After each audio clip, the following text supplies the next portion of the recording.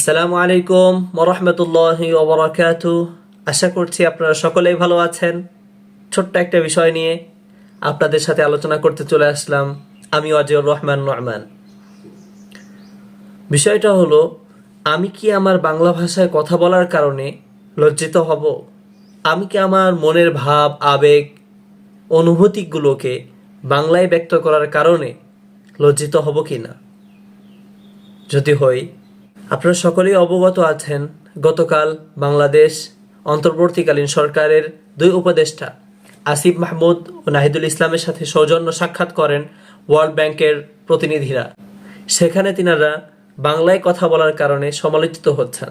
অনেকে বলছেন রাষ্ট্র কিভাবে উন্নত হবে, তিনারা কিভাবে রাষ্ট্রের হাল ধরবেন যেখানে ইংরেজিতে কথা বলতেই জানেন না।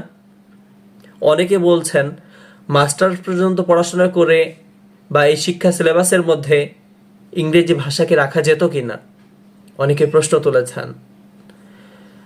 মেধাবী বা মেধাবী হওয়ারও প্রশ্ন তুলেছেন অনেকে। আসলে কি এই প্রশ্নগুলো আসলে যৌক্তিক কিনা একটু চিন্তা করা দরকার, একটু ভাবা দরকার, একটু বোঝা দরকার।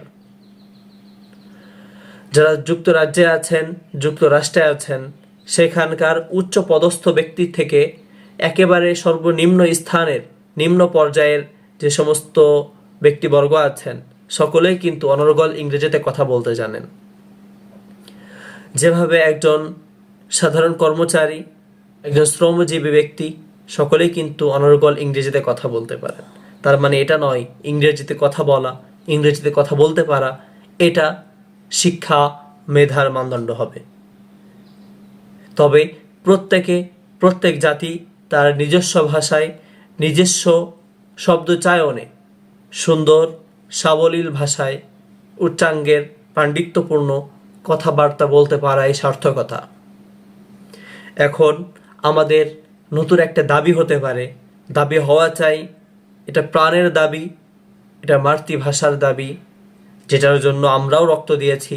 আপামার জনতার, ছাত্র জনতা যেটার জন্য 52তে রক্ত দিয়েছে, সেটার দাবি আমরা সকলে, সেটা কওমি মাদারিস শিক্ষা ব্যবস্থা, আলিয়া শিক্ষা ব্যবস্থা, মাদ্রাসা শিক্ষা ব্যবস্থা, জেনারেল শিক্ষা ব্যবস্থা, সাধারণ শিক্ষা ব্যবস্থা, সর্বস্তরে বাংলা ভাষায় সমৃদ্ধ সুন্দরভাবে কথা বলার জন্য শিক্ষা সিলেবাস প্রণয়ন করা।